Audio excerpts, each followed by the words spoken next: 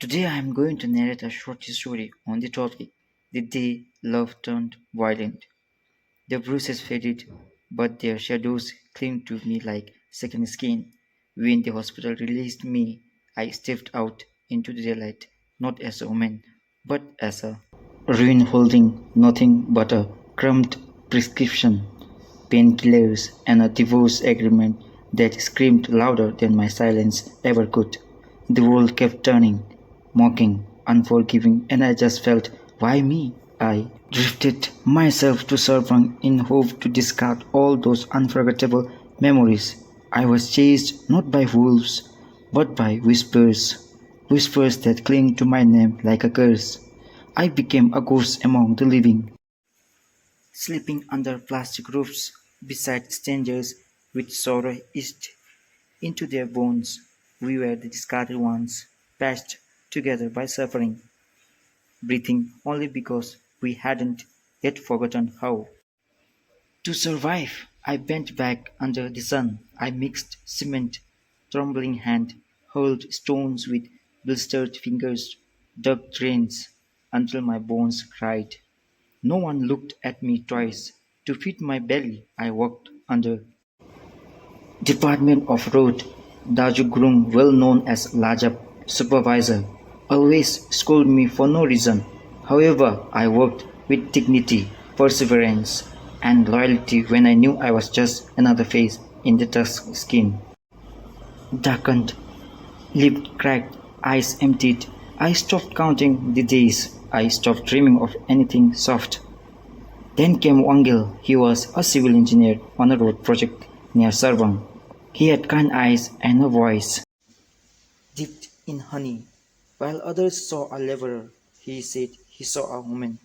He bought me extra lunch, shaded me with his umbrella, and once said I looked beautiful even with cement on my cheek. He made me feel noticed. I didn't mean to fall, but hearts mine are too starved to resist warmth. Women's hearts are too fragile. When someone takes care with good, we feel love. One evening, beneath a sky stretched with stars, I let myself believe him. I let myself hope. Before I could say, please don't, he forcefully made a love. I was told by him that he'd marry me.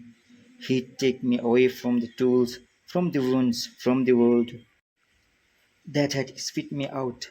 But just like everyone, he disappeared. His phone went cold, his tent emptied overnight. I waited each morning, I waited with a hope.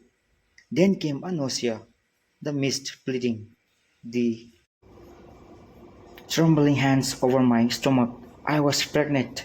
Again, alone. Again.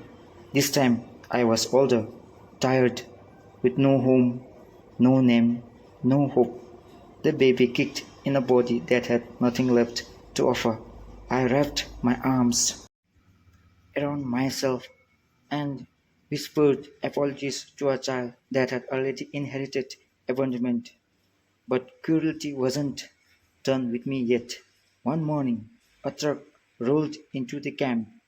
Loud music, laughter, the kind that makes your ribs rattle. I turned to look, and there he was, Wangil, wearing sunglasses, gold flashing at his wrist, sitting beside a woman draped in silk, her belly round with a child that seemed more wanted than mine would ever be. I just guessed he had a wife whose belly was bigger in size compared to me. He saw me, our eyes met, and he smiled, then turned away as if I were nothing but road dust. Caught in the breeze, I stood frozen. The silence inside me screamed. My knees gave way.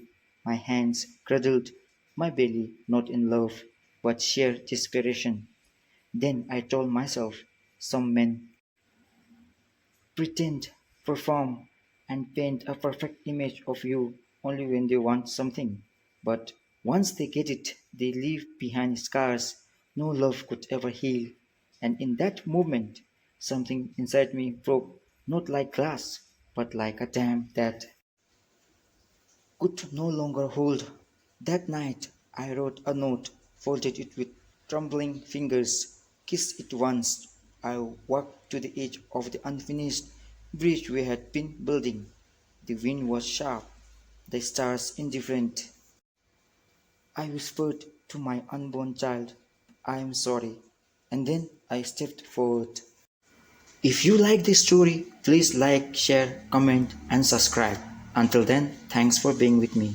Thank you.